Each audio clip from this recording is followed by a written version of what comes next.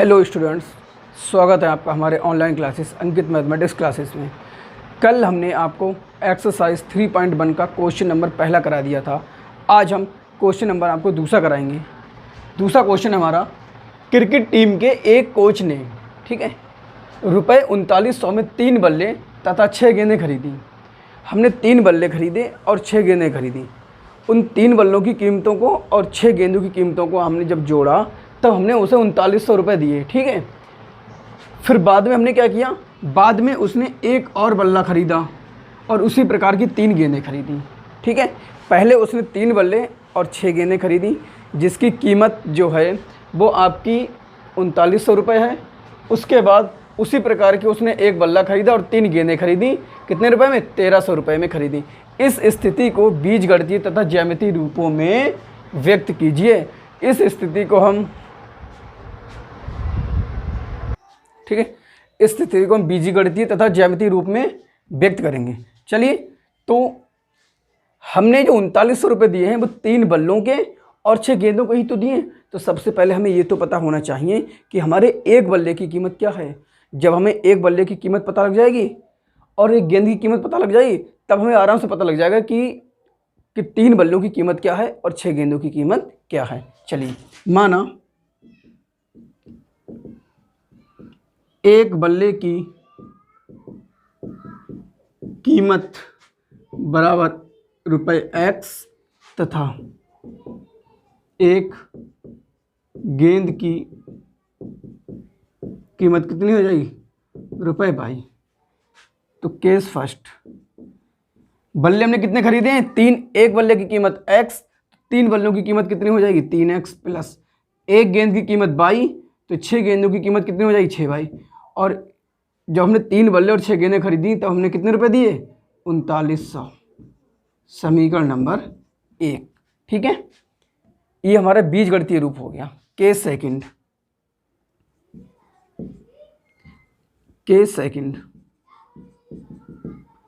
में हमसे क्या कहा गया कि हमने एक बल्ला खरीदा है और उसी प्रकार की 3 गेंदें खरीदी हैं। ठीक है, तब हमने कितने रुपए दिए हैं? 1300 रुपये। ये समीकरण कितनी हो गई? दूसरी हो गई। ठीक है, ये पहली समीकरण हो गई और ये दूसरी समीकरण हो गई। ये आपका कौन सा रूप हो गया? बीजगणितीय रूप हो गया। अब हमें इसका ज्यामितीय रूप निकालना है।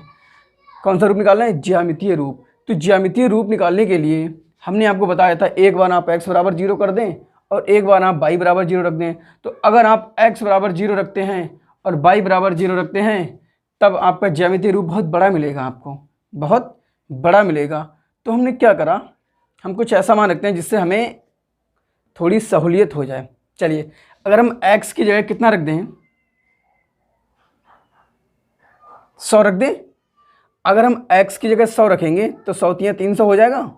ठीक है, चलें, देखिए हमने क्या किया, यही हमने x के मान निकाल लिए। ये x है और ये y है। ठीक है, तो जब आप x की जगह 100 रखेंगे तब ये हो जाएगा आपका 6y बराबर 3900 माइनस 300। तो y बराबर कितना हो जाएगा? 6y बराबर कितना हो जाएगा? 3600। 6 छंग 36, 600 हो जाएगा।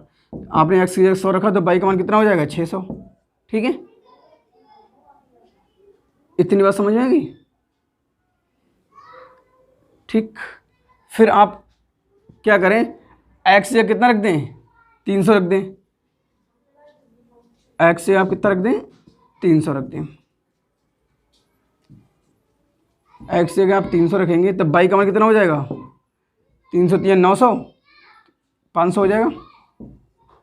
इतनी बात समझ में आ गई? ठीक है, ये हमें 2 बिंदु मिल गए। अब हमने इसमें क्या किया, हमने x की जगह रखा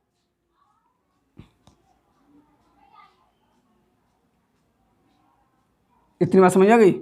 तो अगर हम यहाँ y की जगह रख दें कुछ, ये x है हमारा, ये y है। हमने y की जगह कितना रखा है? अगर हम y की जगह 300 रख दें, ठीक है, तो 3 × 3 900 हो जाएगा। 1300 में से 900 जाएगा, कितना आ जाएगा हमारा? 400 आ जाएगा। ठीक है, और अगर हम x की जगह 400 रख दें, सॉरी, अगर हम y की जगह 400 रख दें, 4 × 3 1200, तो x बराबर कितना हो जाएगा? 100। यही तो हो जाएगा। चलिए, तो ये है हमारा, वो हमारा बीजगणितीय रूप हो गया, ठीक है। और जो ये बिंदु हमने निकाले अब ग्राफीय, चलो तो बीजगणितीय रूप हमारा क्या हो जाएगा, क्या हो जाएगा 3x + 6y = 3900 और x + 3y = 1300। ये हमारा बीजगणितीय रूप हो गया। अब ग्राफीय निरूपण, ग्राफीय रूप, ठीक है, क्या हो जाएगा,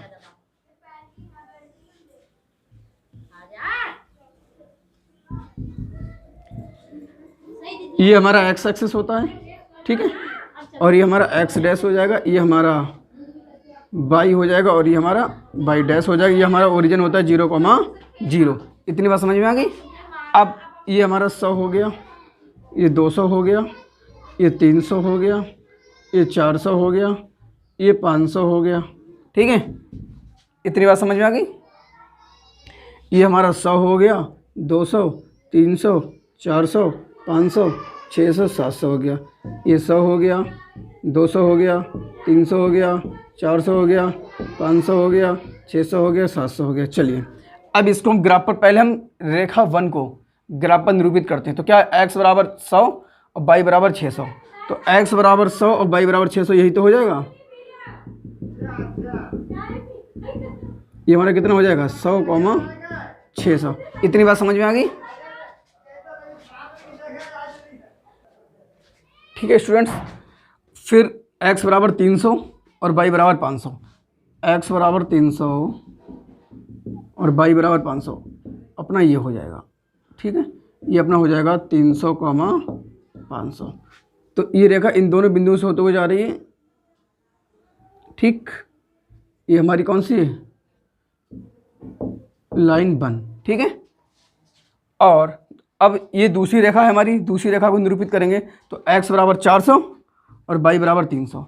x = 400, y = 300, यही तो हो जाएगा 400, 300। अगला क्या है, x = 100, y = 400। x = 100 पर y = 400, ये हो जाएगा 100, 400। इन दोनों रेखाओं से होते हुए आप एक रेखा को निकालते हैं।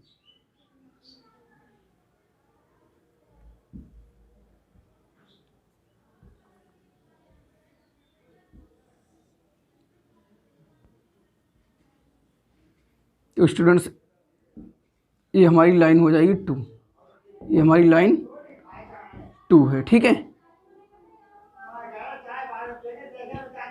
ये हमारा पॉइंट कितना हो जाएगा 100, 400 और ये 100, ये 400, 300 हो जाएगा, ठीक है स्टूडेंट्स।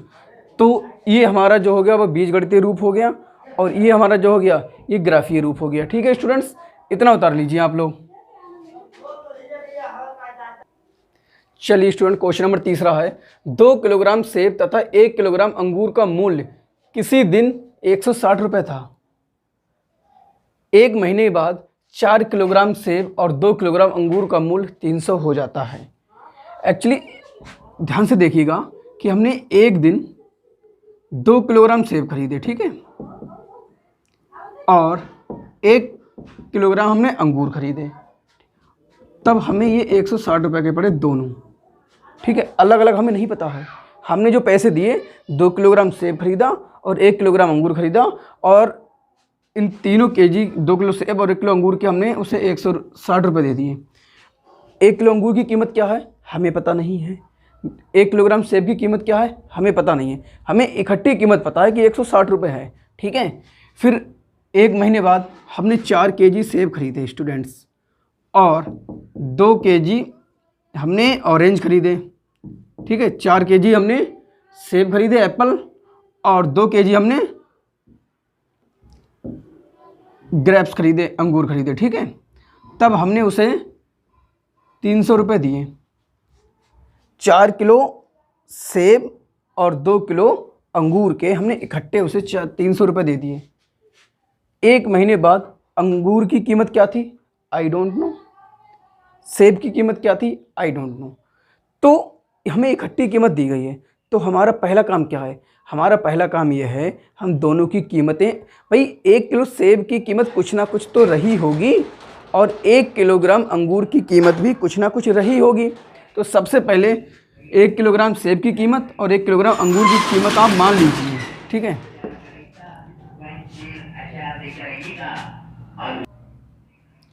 तो माना 1 किलो सेब का मूल्य बराबर ₹X तथा 1 केजी अंगूर का मूल्य हमने मान लिया ₹22, ठीक है। हमने मान लिया 1 किलोग्राम अंगूर का जो मूल्य है वो ₹X है, ठीक है। और 1 किलोग्राम सेब का मूल्य ₹X है तथा 1 किलोग्राम अंगूर का मूल्य हमने कितना मान लिया, ₹22 मान लिया। केस फर्स्ट, हमसे क्या कहा गया, 2 किलोग्राम सेब, 1 किलोग्राम सेब का मूल्य X है तो 2 किलोग्राम सेब का मूल्य ₹2 हो जाएगा। और 1 किलोग्राम अंगूर, और 1 किलोग्राम अंगूर का मूल्य कितना है, ₹22 है, ठीक है। किसी दिन ₹160 था, ठीक है। 2 किलोग्राम सेब और 1 किलोग्राम अंगूर का जो मूल्य था वो कितना था, ₹160 था। ये समीकरण 1 हो गई। और हाँ, यही अपना बीजगणितीय रूप हो गया इसका, ठीक है। केस सेकंड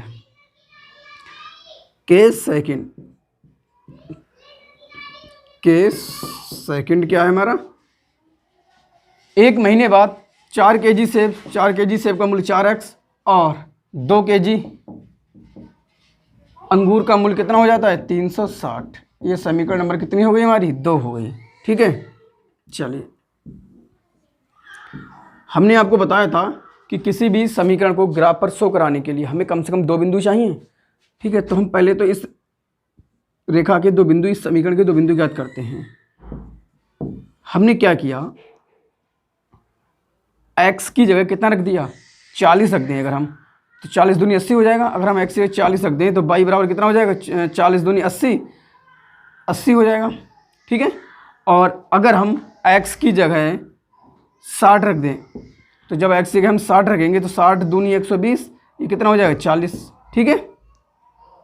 इतना बात समझ में आ गया। 80 और 80 160, 160 दूनी 120, 120 और 40 160, ठीक है, ये हो गया। अब इसमें देखिए,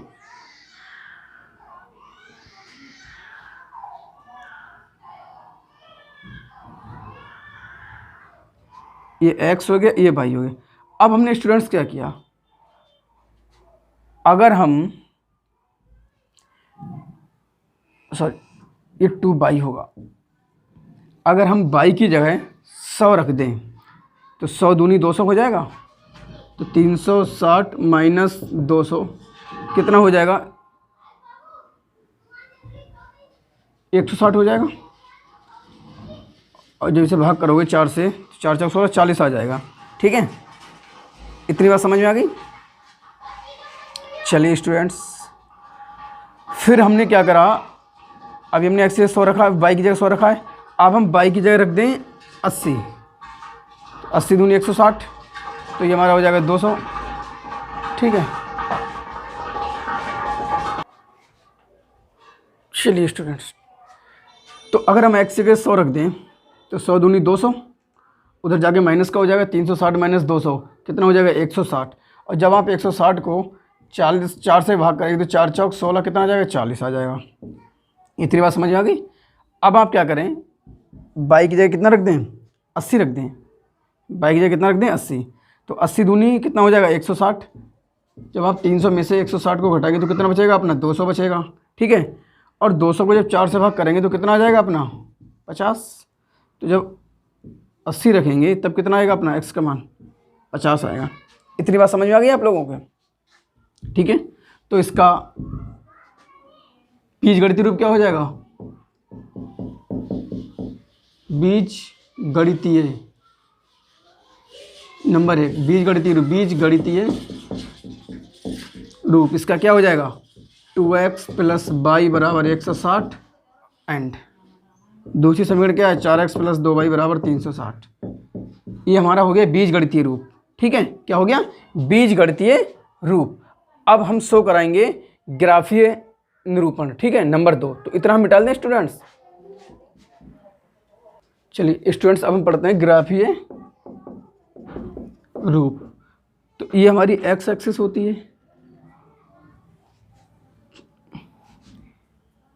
ये हमारी एक्स एक्सिस हो गई और ये हमारी वाई एक्सिस हो गई। ठीक है, ये हमारा ओरिजिन हो गया 0,0।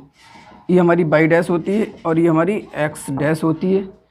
ये हमारी एक्स होती है और ये हमारी वाई होती है। ठीक है स्टूडेंट्स, तो जो लाइन बन थी उसके हमारे पॉइंट क्या आए थे, 40,80। तो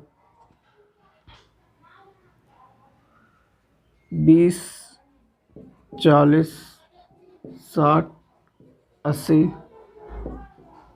100 ये हो जाएगा। ठीक है, 20, 40, 60, 80, 100, 120 ये हो जाएगा। ठीक है, तो ये लाइन 1 जो है उसके पॉइंट हमारे क्या क्या है, 40,80। तो 40 और 80 ये हमारा क्या है, 40,80 हो गया। ठीक है, ठीक है, और दूसरा पॉइंट हमारा क्या है, 60,40, यानी x बराबर 60 और y बराबर 40, यही तो हो जाएगा 60,40। तो इन दोनों पॉइंटों से मिलाते हुए एक रेखा खींच दो।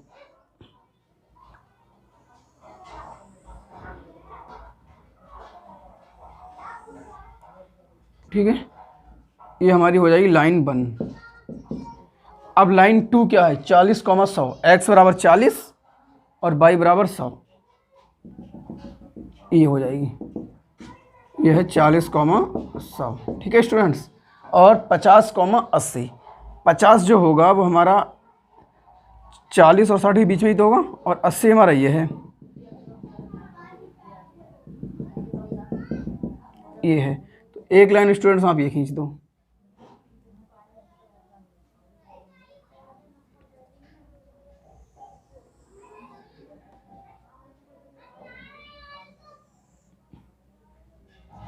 ये हमारी लाइन होगी 2 और यही इनका क्या हो गया, ग्राफीय रूप। इतना उतार लीजिए students. So this exercise is finish.